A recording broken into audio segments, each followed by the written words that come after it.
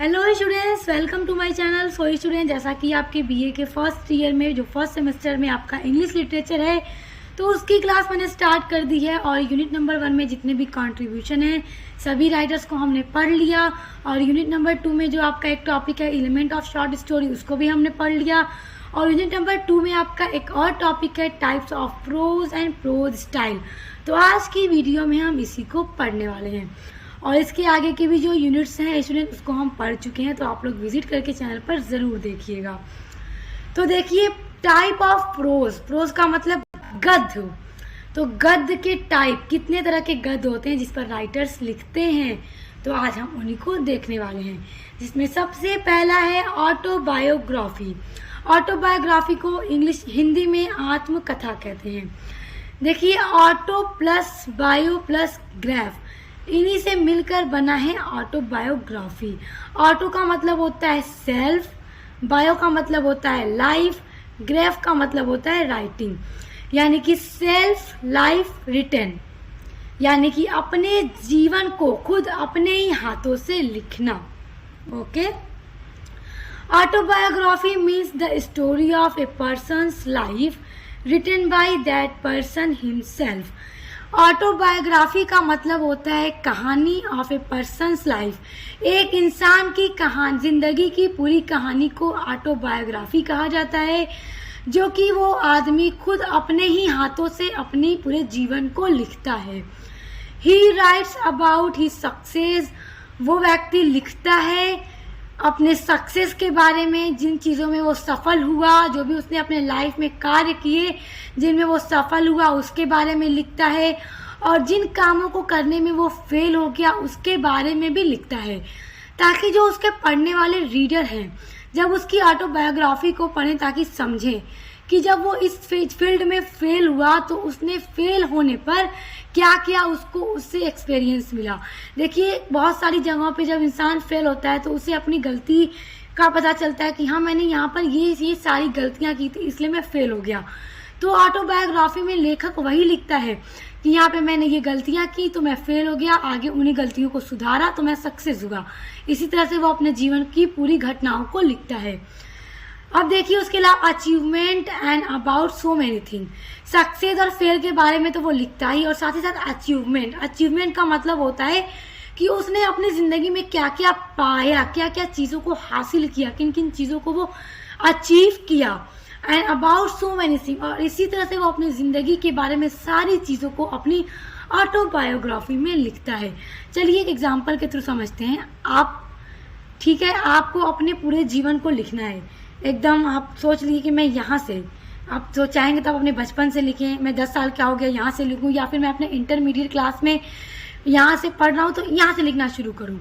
मतलब हर व्यक्ति कुछ एक वो बनाता है ना कि अपनी चीज़ को, अपनी स्टोरी को शुरू कहाँ से करेगा। फिर यहाँ से मेरे साथ ये घटना घटी तो इसके बाद मैं ये किया, वो किया, ऐसे हुआ, मैंने ये चीज़ें अपनी ज़िंदगी में अचीव की, यहाँ पर मैं फेल हुआ। तो आप जो भी सारी चीज़ें लिख देंगे अपने ही हाथों से अपने लाइफ के बारे में, वो हो जाएगी आपकी ऑटोबायोग्राफी। तो आई होप आप इसको समझ गए होंगे। आइए अब देखते हैं बायोग्राफी। बायोग्राफी और ऑटोबायोग्राफी में स्टूडेंट सब चीज़ें सेम होती हैं, लेकिन बस एक चीज़ में डिफरेंस होता है इनमें।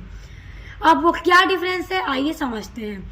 Biography means the story of a person's life. अब देखिए, बायोग्राफी का मतलब भी होता है कि कहानी होती है किसी पर्सन यानी किसी व्यक्ति के जिंदगी की, but written by somebody else, जो कि लिखी जाती है किसी और व्यक्ति के द्वारा। अब देखिए, इसमें सारी चीज़ें ऑटोबायोग्राफी यानी सेम है कि इसमें एक स्टोरी, एक आदमी की पूरे जीवन की घटनाएं होती हैं, उसकी fail, success, achievement, so many things, सभी चीज़ों के बारे में लिखा होता है। लेकिन जिस आदमी के बारे में इस स्टोरी में लिखा गया है उस आदमी ने अपनों हाथों से नहीं लिखा है, किसी और आदमी ने लिख दिया। चलिए एक एग्जाम्पल ले लेते हैं। आपकी ज़िंदगी को आपने अगर अपने हाथों से लिख दिया तो वो हो गई आपकी ऑटोबायोग्राफी, और वही आपकी ज़िंदगी को आप ना लिखें, आपका कोई दोस्त लिख दे तो वो हो गई आपकी बायोग्राफी, क्योंकि आपकी ज़िंदगी को किसी अदर पर्सन के द्वारा लिखा गया है। तो आई होप आप दोनों के बीच में डिफरेंस क्या है समझ के होंगे। आप देखिए, थर्ड है मेमोयर। मेमोयर का मतलब होता है जो पास्ट में हो चुका है, इतिहास, पास्ट, बीता हुआ कल, अतीत। अब देखिए ये क्या है, a memoir is written by an author about his own life. एक मेमोयर में राइटर के द्वारा लिखा जाता है अपने ही ओन लाइफ, यानी ओन मतलब अपनी लाइफ मतलब जिंदगी, अपने खुद की जिंदगी के बारे में। A memoir has a more concentration on his her own memories, feelings and emotions. अब देखिए जो मेमोयर होता है वो हैज ए मोर कंसंट्रेशन, इसका मतलब होता है ना एकाग्रता, ऑफ हीज हर। देखिए लिखने वाला लड़का भी हो सकता है, लड़की भी हो सकती है, तो चाहे लड़का लिख रहा है चाहे लड़की लिख रही है अपने किसी भी याद को। चलिए एक एग्जाम्पल के थ्रू समझते हैं, आपको आसानी से समझ आएगा। स्टूडेंट्स, आप लोग कॉलेज लाइफ में आ चुके हैं आप, और अब आप बैठे हैं अपने घर में सुकून से। अब आप सोच रहे हैं यार मेरी स्कूल लाइफ बहुत अच्छी थी, कॉलेज लाइफ उतनी अच्छी नहीं है। स्कूल लाइफ में मैं दोस्तों के साथ इंजॉय करता था या करती थी, हम लोग लंच में इस तरह से सबका टिफिन बॉक्स खाया करते थे, हंसी मजाक किया करते थे, खेल कूद करते थे, साथ ही साथ पढ़ाई अच्छी से करते थे। सारी चीज़ें आप बैठे बैठे सोच रहे हैं और आप उस पर अपना पूरा यादों को लिख दें, आप उसके बारे में सब कुछ लिख दें और उसमें आपकी जो भी मेमोरीज है, जो भी आपकी यादें हैं वो लिखें, और अपनी फीलिंग्स को भी आप लिखेंगे, क्योंकि जब आपने आप पास्ट को लिखेंगे तो आपकी इसमें क्या फीलिंग्स हैं, आप क्या उस चीज़ों के बारे में अनुभव कर रहे हैं उसको लिखेंगे, आपकी जो भी इमोशंस है आप उसको भी लिखेंगे। तो ये क्या हुआ कि आपने अपने पास्ट में किसी भी एक घटना को याद किया, चाहे कोई भी घटना, आप किसी शादी में गए या फिर आप कहीं घूमने गए हैं या फिर आपकी स्कूल लाइफ हो या फिर आपके बचपन की लाइफ हो, कोई भी घटना हो, कोई भी कुछ भी हो सकता है, आप उसको याद करें और अपने पास में सब कुछ लिख दें, क्या क्या हुआ मेरे साथ, ऐसे ऐसे बहुत मज़ा आ रहा था, ऐसे था वैसे था, और अपनी फीलिंग्स अपनी इमोशंस को भी लिखें, तो वो आपका मेमोयर हो जाता है, यानी आप उसमें पूरी अपनी यादों का वर्णन कर देते हैं। अगला है ट्रैवल लॉग। ट्रैवल लॉग का मतलब होता है जैसे पूरे यात्रा का वर्णन करना। देखिए the account of journey is known as the travel log.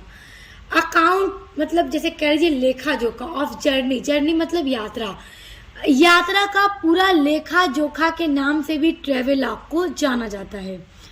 और ट्रैवल लॉग होता है कि आप कहीं घूमने गए, आपने उस पूरी यात्रा का वर्णन कर दिया। It is based on personal knowledge and experience. जो ट्रैवल लॉग होता है वो बेस्ड होता है, आधारित होता है ऑन पर्सनल नॉलेज। अब देखिए आप गए आगरा घूमने, आपने देखा ताजमहल, अब आप ताजमहल के बारे में सारी चीज़ें लिखेंगे, ऐसा था मतलब उसकी खूबसूरती को बयां करेंगे और उस पर पूरा अपना एक्सपीरियंस जो भी चीज़ें हैं सब आप लिखेंगे। तो क्या है कि आपका ट्रैवलॉग हो गया, आपने पूरी यात्रा का वर्णन कर दिया, वहाँ पर जो भी चीज़ें आपको अच्छी लगी सारी चीज़ों को आप लिख दें, तो ये होता है ट्रैवलॉग। अगला है पीरियोडिकल एस्से। अब इसको समझते हैं। Periodical essay is a new kind of essay. देखिए जो पीरियोडिकल एस्से है वो न्यू काइंड यानी एक नया प्रकार है एस्से का, which was developed in England, जो कि डेवलप्ड हुआ था सबसे पहले बार इंग्लैंड में ड्यूरिंग द 18th सेंचुरी, यानी कि 18वीं शताब्दी में ये इंग्लैंड में डेवलप हुआ था, विकसित हुआ था। It was different from other essays on the following grounds. देखिए जो पीरियोडिकल एस्से है वो डिफरेंट है, अलग है, अदर जो भी एस्से हैं उनसे बहुत ही अलग तरह का एक एस्से होता है। और अब इसमें क्या ऐसे फीचर्स हैं, क्या चीजें हैं कि ये अदर एस्से से डिफरेंस होता है, अलग होता है। तो आइए अब देखते हैं। पहला है it was not published in the book. देखिए ये जो एस्से होता है पीरियोडिकल एस्से, ये कभी भी बुक की फॉर्म में पब्लिश्ड नहीं होता है। अदर काइंड्स ऑफ एस्से यानी कि अदर एस्से की तरह ये एस्से बुक्स में पब्लिश्ड नहीं होता था, but it was published in magazines and journals which come out periodically, that is after a fixed interval of time.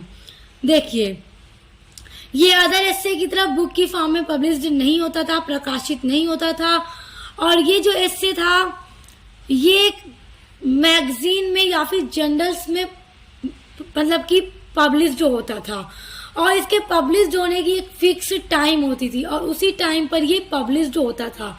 जैसे कि आप कोई वेब सीरीज पर कोई मूवी देखते हैं या कोई आप सीरीज देखते हैं तो वो अपने टाइम पर ही आती है।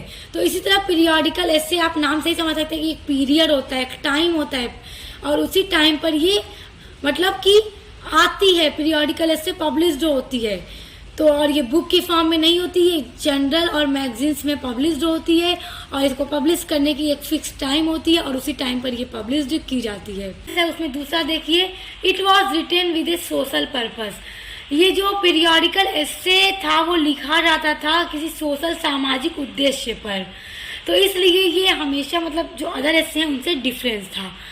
अगला एस्से है फॉर्मल एस्से। फॉर्मल से ही समझ लीजिए, फॉर्मल क्या होता है, जो औपचारिक होता है, और इसका अपोजिट होता है इनफॉर्मल, जो कि आप पर्सनल भी कह सकते हैं। तो फॉर्मल एस्से क्या होता है, देखिए, formal essay were introduced in England by Francis Bacon. देखिए, फॉर्मल एस्से को इंट्रोड्यूस किया गया था इंग्लैंड में फ्रांसिस बेकन के द्वारा।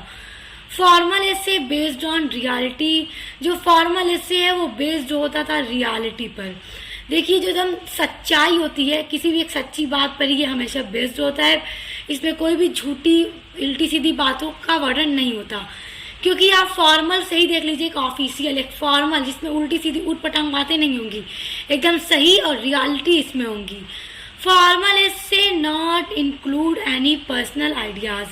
देखिए, जो फॉर्मल एस्से है वो इंक्लूड नहीं करता, शामिल नहीं करता खुद में किसी भी पर्सनल आइडियाज को। पर्सनल वो हो जाएंगे जैसे कि जो आपके लिए इनफॉर्मल कह लीजिए, तो इसमें कोई भी पर्सनल विचार को इंक्लूड नहीं किया जाता। फॉर्मल एस्से हमेशा किसी भी जो स्पेशल आइडियाज होते हैं उन्हीं पर लिखा जाता है और उन्हीं के बारे में उस पर डिस्कस किया जाता है। फॉर्मल एस्से में कभी भी आपको कोई पर्सनल आइडियाज देखने को नहीं मिलेंगे। It purpose is generally to inform. और फॉर्मल एस्से लिखने का जो मेन उद्देश्य होता है, पर्पज होता है, जैसे कि ऑडियंस को कुछ इन्फॉर्म करने के लिए ही फॉर्मल एस्से लिखा जाता है। यानी कि कोई एक मेन टॉपिक है, उसी टॉपिक पर फॉर्मल एस्से लिखा गया है ऑडियंस को या रीडर को इन्फॉर्म करने के लिए। In this essay focuses on facts and standard language. जो फॉर्मल एस्से है उसमें फोकस किया जाता है सबसे ज़्यादा फैक्ट्स और स्टैंडर्ड लैंग्वेज पर। यानी इसकी जो लैंग्वेज होती है वो स्टैंडर्ड होती है, इनमें फैक्ट्स का यूज़ किया जाता है। और formal essay follow rules of grammar. और फॉर्मल एस्से में रूल्स ऑफ ग्रामर को फॉलो किया जाता है। ग्रामर्स के ऑल रूल्स और जो भी पंक्चुएशन है सभी को एकदम मतलब फॉलो किया जाता है। मतलब इसमें ग्रामर रूल्स को आप छोड़ नहीं सकते, इन सभी का खास ख्याल रखा जाता है कि ग्रामर रूल्स सही हो, पंक्चुएशन सही हो, लैंग्वेज स्टैंडर्ड हो। तो वही होता है फॉर्मल एस्से। आई होप आप समझ गए होंगे। अब नेक्स्ट है पर्सनल एस्से। अभी हमने फॉर्मल एस्से पढ़ा, तो फॉर्मल एस्से में पर्सनल चीज़ों की कोई बातें नहीं होती। तो अब पर्सनल एस्से एक अलग से एस्से है। अब इसमें क्या होता है आइए देखते हैं। A personal essay is a piece of writing. जो पर्सनल एस्से होता है वो एक पीस मतलब टुकड़ा होता है राइटिंग का, लेखक का, of experience of authors life. यानी कि राइटर की लाइफ में जो भी ऑथर अपने खुद की लाइफ के एक्सपीरियंस को लिख रहा है वो हो जाता है पर्सनल एस्से, जिसमें राइटर अपने खुद के जीवन के बारे में, अपने सारे एक्सपीरियंस, अपने किसी भी इवेंट, किसी भी घटना का वर्णन करता है। Where the author elaborates on an experience and events. यानी कि जहाँ पर पर्सनल एस्से एक ऐसा एस्से है जहाँ पर जो ऑथर है, जो लिखने वाला लेखक है, वो इलोबरेट्स मतलब बताता है on an experience and events, यानी किसी भी घटना या फिर किसी भी एक्सपीरियंस पर वो बताता है अपने विचारों को। It is written in first person. और जो पर्सनल एस्से होता है वो हमेशा फर्स्ट पर्सन पर लिखा जाता है। यानी कि जो राइटर है वो खुद अपने ही लाइफ के बारे में लिख रहा है, अपनी पर्सनल लाइफ को लिख रहा है, तो इसलिए वो इस एस्से में आई का यूज करेगा खुद के लिए, यानी मैं आई का यूज करेगा। और देखिए, पर्सनल एस्से में राइटर्स जो भी चीज़ें अपने लाइफ के बारे में लिखता है और जो भी चीज़ें एक्सप्लेन करता है, तो वो अपने रीडर को उससे जुड़ी कोई ना कोई लेसन ज़रूर देता है। यानी कि उसने अपने लाइफ में ऐसे किया तो ऐसा हुआ, ऐसे किया तो ऐसा हुआ। इससे उसके जो रीडर होते हैं उसको कोई ना कोई लेसन ज़रूर मिलता है। तो ये सारे थे types of prose and prose style. I hope आप बहुत अच्छे से समझ गए होंगे। समझ गए हैं स्टूडेंट्स, और वीडियो को लाइक ज़रूर कीजिएगा, सब्सक्राइब कीजिएगा चैनल को, ताकि आने वाली वीडियोस के नोटिफिकेशन आपको मिलते रहें। आप मेरे चैनल पर political science, physical geography, sociology और एजुकेशन अपने सभी सब्जेक्ट को BA फर्स्ट सेमेस्टर के पढ़ सकते हैं। तो चैनल पर विजिट कीजिए, पसंद आए तो सब्सक्राइब कीजिए। अब मिलते हैं नेक्स्ट वीडियो के साथ।